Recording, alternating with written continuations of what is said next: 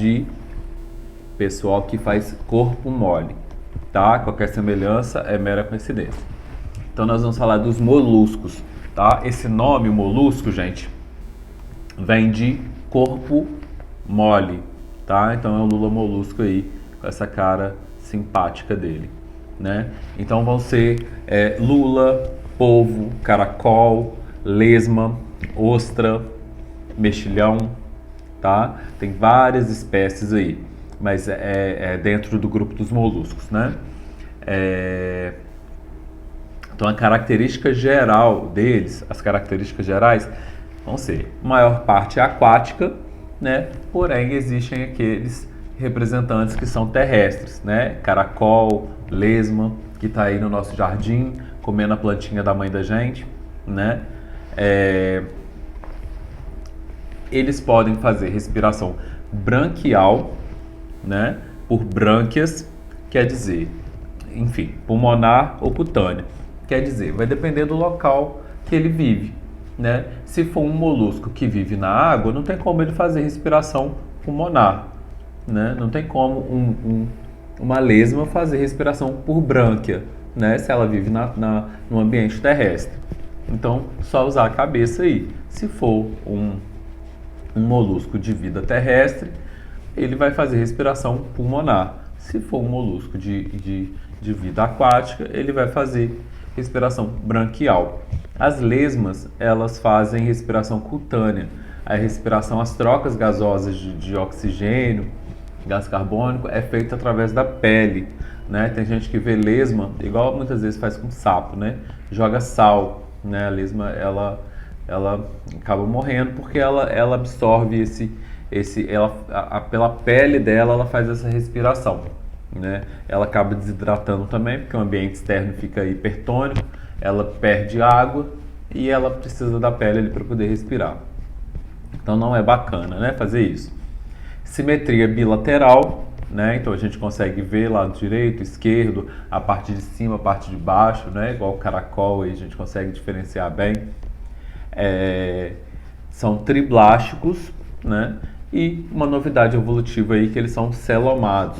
Os outros organismos que a gente viu semana passada, eles eram pseudocelomados. Então, a partir de agora, todos os próximos organismos que nós vamos ver, os próximos animais, eles vão ser celomados. Eles vão ter, formar o celoma lá no desenvolvimento embrionário, que é aquela cavidade que vai abrigar os órgãos. Então, elas conseguem ter mais proteção dos órgãos, né? Conseguem ter órgãos mais diferenciados, né? Então, vai evoluindo. Os órgãos sensoriais bem desenvolvidos, inclusive com formações de imagens nítidas, né? Então eles conseguem já ver, já enxergar imagem, né? Já ter órgãos sensoriais mais desenvolvidos. O polvo, eles têm a visão muito bem desenvolvida, né? Sistema digestório completo, então a partir de agora eles vão ter boca e ânus, né? Os plateumintos também já tinham, alguns organismos já tinham. Os plateumintos não, os nemateumintos. A maioria possui sistema circulatório aberto. Gente, sistema circulatório, eu coloquei até aqui para a gente poder ver. O que é a diferença de sistema circulatório aberto e fechado? Essas características mais fisiológicas, assim, sistema circulatório, sistema digestório, mais explicadinho, vocês vão ver em fisiologia com o Marcelo, tá? Mas só vou dar uma pincelada aqui para a gente não ficar perdido. Sistema circulatório aberto e fechado. O sistema circulatório fechado é o nosso sistema circulatório, onde o sangue ele fica todo dentro de vasos no nosso corpo. E a gente não tem extravasamento de sangue em lugar nenhum no nosso corpo, né? Se a gente tiver derrame, AVC, alguma coisa que rompa o vaso. Mas todo o nosso sangue ele circula dentro de vasos, tá? Então isso é o sistema circulatório fechado, tá? O sistema circulatório aberto são animais que têm parte do sangue deles, parte do corpo dele, o sangue está dentro de vasos, né, de veias e artérias, mas parte dele tem algum local que o sangue ele extravasa, ele tem um local que fica tipo encharcado de sangue ali, né? O sangue não é todo dentro de vaso só. Então, quando o sistema circulatório ele é fechado, ele está todo dentro de vasos, o metabolismo ele é mais eficiente, porque consegue levar os gases, né, gás carbônico, fazer as trocas gasosas de forma mais eficiente. Então consegue ter um metabolismo mais acelerado, né? Um melhor desempenho no metabolismo. Então quer dizer, a gente tem representantes aqui nos moluscos que tem sistema circulatório aberto e tem sistema circulatório fechado. Os que têm a maioria tem um sistema circulatório aberto, né, com aquele extravasamento de sangue. As lulas e os polvos possuem sistema circulatório fechado, maior eficiência metabólica. Daí a gente vê que eles conseguem ter até maior tamanho, né? Eles conseguem ter um maior tamanho, porque eles conseguem levar mais nutrientes, essa troca gasosa ela ser mais eficiente. Então a lula e o polvo, eles têm sistema circulatório fechado. Isso é uma característica importante.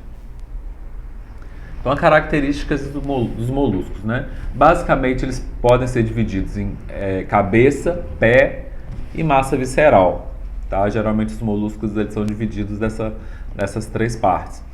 Geralmente, abrigados por uma concha calcária, que é secretada por uma estrutura mais interna chamada de manto. Lógico que não são todos que vão ter essa concha aí, igual do caracol, né? Igual do caramujo. Igual a lesma, por exemplo, elas não têm essa concha, né? Então, mais interno a concha. Oi, Gabi, bom dia. Bom dia, gente, para quem não dei bom dia. Do lado mais interno da concha tem uma estrutura chamada de manto. Então aqui, ó, peraí, deixa eu pegar minha caneta.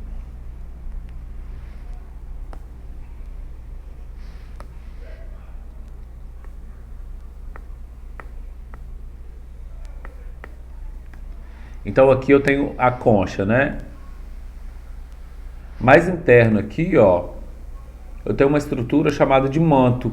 É um tecido que tem um monte de célulazinha ali que vai produzir essa concha calcária, tá? Então eu tenho uma concha mais externa, mas mais para dentro da concha eu tenho uma estrutura chamada de manto, que é responsável por secretar essa concha calcária, tá? A concha, gente, não é uma estrutura que tem como tirar, né? Não é uma estrutura tipo externa. A concha faz parte do corpo desses animais, né? Se você arrancar essa concha, você vai arrancar as vísceras desse animal, né? Igual a gente pode ver, cadê? Não coloquei uma foto melhor. Mas aqui dentro, ó, essa parte de azul aqui dentro, todas as vísceras dele, coração, intestino, todas as estruturas viscerais dele tá dentro dessa concha. E ela tá colada ali no manto tudo faz parte do corpo dele, né? Se você arrancar, você tá arrancando, você tá matando um animal. Não é bacana. Na parte mais externa, na parte mais de trás, né? Ela tem uma estrutura, uma cavidade chamada cavidade do manto. E ali naquela cavidade do manto é onde vai ser eliminado, onde vai desembocar o ânus, que vai ser eliminado as excretas, tudo que tem que ser eliminado desse animal, ele é eliminado ali naquela parte de trás, chamada de cavidade do manto.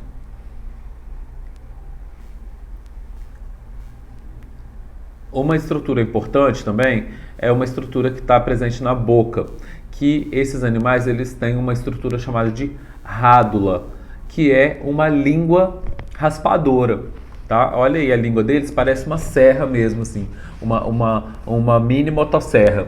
Essa língua ela fica girando, essa rádula, e ela consegue raspar os alimentos e se alimentar, né? Então é uma língua raspadora que auxilia na alimentação.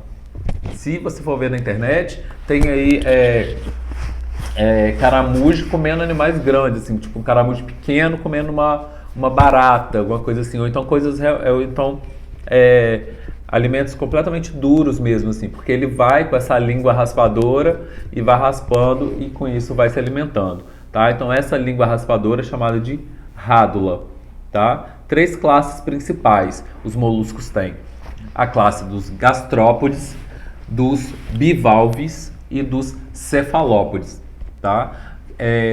Pode, gente, podo ou poda significa pé, tá? Gastro é de cavidade gastrointestinal, vamos colocar aqui como se fosse barriga, né? Então os gastrópodes, eles têm o pé na barriga, né? Então os pés dele aqui vão estar embaixo da barriga. Caramujo, lesma. Os cefalópodes, céfalo, vamos colocar como se fosse cabeça, né? Né?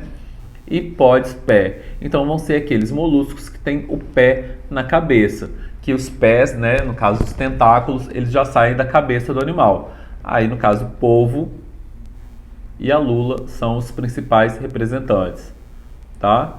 Os bivalves, né, que são duas valvas, né, como se fossem que tem aquela concha dupla, né, que vai ser a ostra e o mexilhão, que é como se fosse que eles se abrem, né? Eles têm duas conchas. Então vai ser os gastrópodes, os bivalves e os cefalópodes.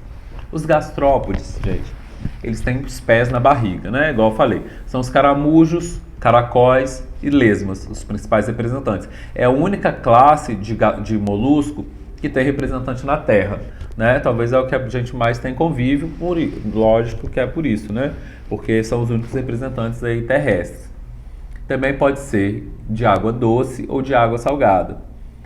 Cabeça individualizada com órgãos sensoriais. Então a gente consegue ver a cabeça aí desses animais. Igual o bivalve lá, a gente não consegue ver muito bem, não tem essa cabeça individualizada, né?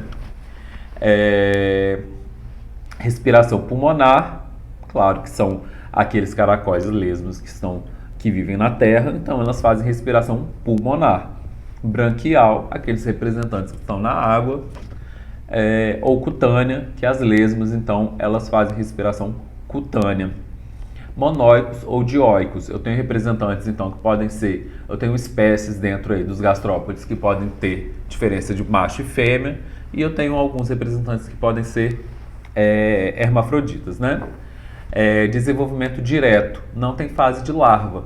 Então, quando os caramujos aí, eles fazem amor e eles ficam grávidos e dão à luz, não vai dar à luz a uma fase de larva que vai sofrer uma metamorfose, né? Não, já vai nascer um mini caramujinho lá, uma mini lesminha, já na imagem e semelhança do adulto, né? Não passa pela fase de larva para poder depois sofrer uma metamorfose. Os bivalves, então, ele tem duas valvas. São as ostras, mariscos e mexilhões. Eles não possuem rádula, gente. Eles não se alimentam lá por língua raspadora. Eles são filtradores. Então, eles abrem lá a concha deles, a água entra e eles vão filtrando lá o alimento. Dioico, fecundação externa, então ele tem macho e fêmea, né? Dioico tem macho e fêmea. Fecundação externa, ele lança, então a fecundação ela é feita fora do corpo, né? Lança os espermatozoides, os órgãos, os gametas na água, e esses gametas fazem a fecundação fora do corpo. Desenvolvimento direto, também não tem fase de larva. E formação de pérolas, né? O que é a formação de pérolas, gente? A formação de pérolas é quando entra algum corpo estranho dentro desses bivalves, seja um grão de areia, seja algum tipo de micro-organismo, e esse corpo estranho, ele fica ali entre o manto, que é aquela camada de célula que vai produzir a concha, e a concha. Então ele agarra ali entre o manto e a concha. E eles não têm condições de ir lá e tirar esse corpo estranho que agarrou ali, né? Então, eles começam a secretar uma substância que vai envolver esse corpo estranho para proteger ele desse corpo estranho. Então, a partir dos anos, ele vai secretando aquela substância ali que vai envolvendo aquele corpo estranho e essa substância que ele vai secretando, essa estrutura que ele vai formando, nada mais é do que a pérola, tá? Então a pérola natural começa a se formar quando o grão de areia ou um parasita penetra na ostra perlífera, né? Que são as ostras que produzem a pérola, inflamando sua carne sensível. A ostra, por não conseguir expulsar o corpo estranho, combate a inflamação cobrindo-a com camadas de nácar, uma substância dura e lisa que é depositada ano após ano sobre o corpo intruso e forma a pérola, né? Tem um livro muito famoso desse cara, Rubem Alves, né, que eu não conheço, mas que chama Ostra Feliz Não Faz Pérola, né? Que se nada estiver perturbando essa ostra, se ela não tiver lá um grão de areia, um micro-organismo, alguma coisa lá perturbando ela, ela não vai fazer pérola. Então, ostra feliz não faz pérola. Tá? Eu acho que já caiu até esse livro falando disso em alguma questão de vestibular. Ostra feliz não faz pérola. Qualquer relação com a formação das pérolas. Tá? Então, a última classe aí vão ser os cefalópodes, né? Que vão ser os animais que têm os pés na cabeça. São os polvos, as lulas e os náutilos. Os náutilos é esse animal aí, que ele fica meio curvado assim. Sistema circulatório fechado, tá? Então isso permite eles a terem tamanhos absurdos, né? A gente vê polvo aí, vê lulas gigantes, né? Sei lá, 10 metros, acho que já chegou a 20 metros, né? Imagina, deve ser, sei lá, mais do tamanho de um ônibus, né? 20 metros. Sistema circulatório fechado, locomoção eficiente. Eles têm uma estrutura, gente, que chama sifão. Sifão exalante, que eles jogam a água e eles conseguem se locomover, como se fosse locomover a jato, né? Eles enchem de água e expulsam essa água de forma tão forte que eles vão se locomovendo, né?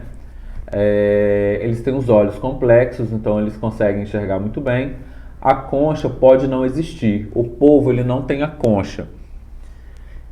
A lula ela já tem uma concha mais interna e bem reduzida. E o náutilo ele já tem uma concha externa, né? Então esses animaizinhos aí eles têm essa concha externa, tá? Então a concha ela pode não existir no polvo, ela pode ser interna e bem pouco desenvolvida, bem pequena na lula, ou ser externa no náutilo. Camuflagem. Eles mudam de cor. Tem alguns vídeos impressionantes assim de polvo se camuflando, mudando de cor. É inexplicável assim. Nem os cientistas conseguem explicar muito bem esse esquema de camuflagem deles, né? E possui uma bolsa de tinta. Não sei se vocês já viram um vídeo, assim, quando eles são atacados, quando eles se sentem ameaçados, eles liberam uma tinta escura na água e aquilo ali fica tudo preto e eles conseguem confundir e se livrarem dos predadores. A importância econômica dos moluscos, então, gastronomia, né, mexilhão, polvo, lula, né? Isso é bem comum na gastronomia. A gente em restaurante japonês comer lula, né? Polvo, anel de lula, aquele mexilhão. Hospedeiro intermediário, né? De algumas doenças, igual nós vimos na esquistossomose, aquele caramujo, né? Da bionfalária, que era hospedeiro intermediário e transmitia doenças, né? Outra importância econômica dos moluscos é o comércio de pérolas. Tem gente que cria, né, ostra para poder tirar a pérola das ostras. São indicadores ambientais. O que é isso, gente? É muito importante quando um animal ele é filtrador, igual os bivalves eles são filtradores, indicar se aquela água está poluída ou não, né? Se começa a ter uma morte em massa desses bivalves em algum ambiente e o cientista pega lá esses bivalves e pesquisa e vê que tem alguma substância tóxica dentro dele, provavelmente aquela substância está na água e aquilo indica que aquilo ali está com algum tipo de contaminação, tá? Então eles são indicadores ambientais. São pragas de jardim, né? Alguns caracóis, lesmas, né? Eles destroem plantações. E as conchas aí dos bivalves para decoração, coleção, artesanato, né? Quem nunca, né? Foi na praia e ficou catando conchinha. Outro representante aí do Bob Esponja, né? Que é